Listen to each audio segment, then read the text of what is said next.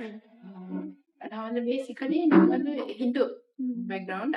Parents Hindus. நம்மளுக்கு கிறிஸ்தவ அ டச்சே இல்ல. ம். ஆனா, நாங்க படிச்சதெல்லாம் கிறிஸ்டியன் ஸ்கூல்ஸ். அதனால ம். ஜீசஸ் எல்லாம் என்னன்னு தெரியும். ஆனா, அ இது சமயம் இதுல இருக்கணும் அப்டின்னா இல்ல. ஏன்னா நாங்க ஹிந்து அதனால அந்த ரைட்ஸ் தான் ரொம்பவே இருந்துச்சு. ம்.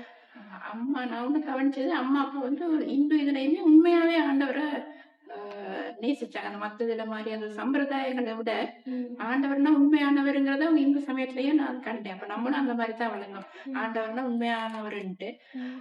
அப்படி இருக்கிற நேரத்துல, அ ஏன்னா சின்னதுல இருந்து எனக்கு கொஞ்சம் வீசிங் இருந்துச்சு. ம். அப்ப அம்மா, அப்பா சரியா என்னைய சரியா நான் பெரிய அளவுலமே என்னைய தூக்கிட்டு போயிட்டு ட்ரீட்மெண்ட் செய்றது, என்னோட கூட இருக்கிறது. நான் தான் எல்டர் ஃபேமிலில. ம். அப்ப வீசிங்னால அம்மா, அப்பா சரியா கஷ்டப்பட்டுருக்காங்க. நானும் கஷ்டப்பட்டுருக்கேன். ஏன்னா அன்கான்ஷியஸ் ஆன நிலைகள் கூட. அப்பா ஸ்டார்ட்ல சொல்ல சொன்னாரு, "எனக்கு ஸ்டடீஸ் சரி வராது. வீட்ல வச்சுருவேன்." ஏன்னா இதனால நான் ஃபர்ஸ்ட்டு சிக் ரூம்ல தான் இருந்திருக்கிறேன். ம். அப்ப அப்படி இருக்க நேரம் நான் அப்படியே நான் படிப்ப விடல விட்டுச்சு ஹையர் ஸ்டடீஸ் செய்றதுக்கு அப்படி இப்படி பஸ்ஸுகளுக்கு நிக்கிற நேரம் ஃபார்மசில மருந்து வாங்கிட்டு நிண்டு வீசிங் ஆக்கள கண்டிருப்பேன். குனிஞ்சுக்கிட்டு, மூச்செடுக்க ம். கஷ்டப்பட்டு அப்படித்தான் இருந்தேன். அப்ப அந்த நேரத்துல அவருக்கு எனக்கு வீசிங் கூடி சீரியஸான ஸ்டேஜுக்கு வந்துட்டோம் நம்ம. ம். அப்ப நான் அந்த அன்கான்ஷியஸ் ஆகி அம்மாக்கு என்ன எழுப்பிக்கிற முடியல. அப்ப அம்மா அப்படி வெளிய வார நேரத்துல எப்படி சரி ஒரு ஆண்டவர் அறிஞ்ச ஒரு சிஸ்டர் அம்மாவ கண்டு, "இது பிரேயர் மீட்டிங் நடக்குது. நீங்க இப்பவே அங்க போங்கன்ட்டு." அப்ப அம்மா என்னைய அன்கான்ஷியஸ் நிலையில வச்சுட்டு அந்த பிரேயர் மீட்டிங்க்கு போயிருக்கிறாங்க. ம்.